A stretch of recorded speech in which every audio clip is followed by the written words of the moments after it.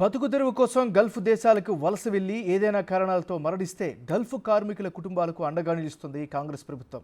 ఎన్నికల మేనిఫెస్టోలో చెప్పినట్లుగానే గల్ఫ్ మృతుల కుటుంబాలకి 5 లక్షల ఎక్స్గ్రేషియా అందించి ప్రజాప్రభుత్వంగా మరోసారి నిరూపించుకుంది కాంగ్రెస్ సర్కార్.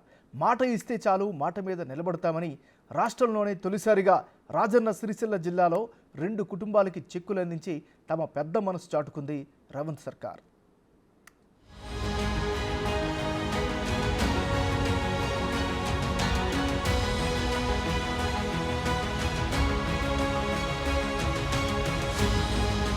ఇచ్చిన మాట నిలబెట్టుకున్న కాంగ్రెస్ ప్రభుత్వం గల్ఫ్ కార్మిక కుటుంబాలకు అండగా ముందడుగు. గల్ఫ్లో మరణించిన కార్మికుల కుటుంబాలకు 5 లక్షల ఎక్స్గ్రేషియా.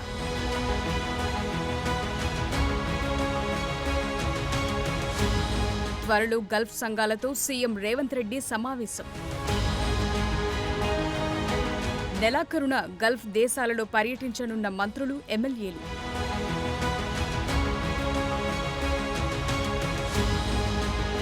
కాంగ్రెస్ ప్రభుత్వం పట్ల హర్షం వ్యక్తం చేస్తున్న గల్ఫ్ కార్మిక కుటుంబాలు.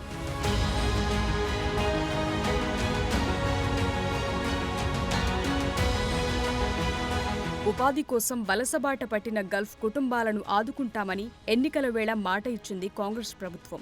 ఇచ్చిన మాట ప్రకారం గల్ఫ్లో అకాల మరణం చెందిన కార్మికుల కుటుంబాలకు 5 లక్షల రూపాయల ఎక్స్గ్రేషియా అందించి బాసటగా నిలిచింది. రాష్ట్రంలోని రాజన్న సిరిసిల్ల జిల్లా కొనరావుపేట మండలం బాహుసాయిపేటకు చెందిన బొడ్డుబాబు, వేములవాడ మండలం మర్రిపెల్లికి చెందిన శశికుమార్లు గల్ఫ్లో మృతి చెందారు. ఈ కుటుంబాలకు 5 లక్షల చొప్పున ఎక్స్గ్రేషియా అందించింది ప్రభుత్వం.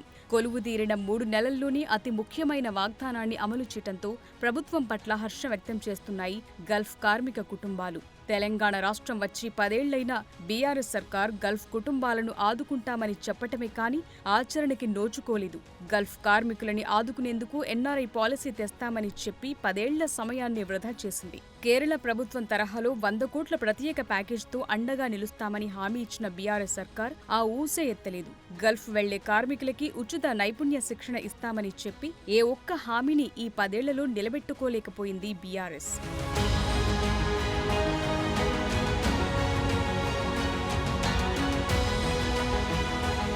తెలంగాణ రాష్ట్రంలో ఉమ్మడి కరీంనగర్, ఉమ్మడి నిజామాబాద్ జిల్లాల నుంచి అత్యధికంగా గల్ఫ్కి వలసలు వెళుతుంటారు. కరీంనగర్ జిల్లాలోని జగిత్యాల, సిరిసిల్ల, వేములవాడ, ధర్మపురి, కరీంనగర్ నియోజకవర్గాల్లో 50,000 మంది గల్ఫ్ దేశాలకి ఉపాధి నిమిత్తం వలసలు వెళుతుంటారు.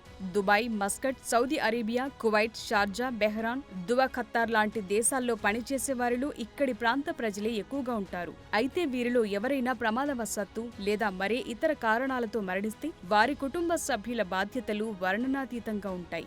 అసలే ఆర్థిక ఇబ్బందులతో సతమతమవుతోన్న కుటుంబాలు కుటుంబ పెద్ద దిక్కును కోల్పోతే ఆ మానసిక బాధను తట్టుకోలేకపోతారు. ఆర్థిక ఇబ్బందుల్లో కొట్టుమిట్టాడుతుంటారు.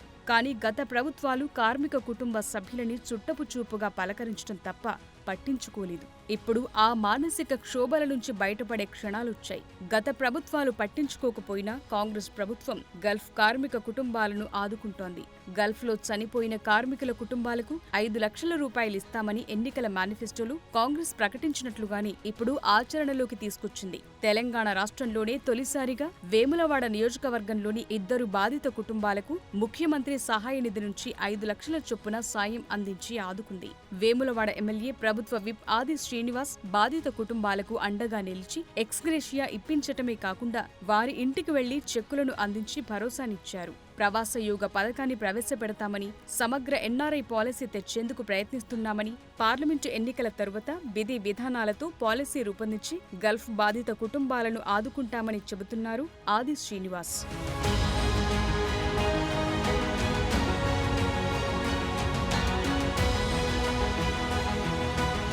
తెలంగాణలో గల్ఫ్ కార్మిక కుటుంబాలకు అది చేస్తాం, ఇది చేస్తామని చెప్పి వారిని ఓటు బ్యాంకుగా వాడుకున్నాయి గత ప్రభుత్వాలు.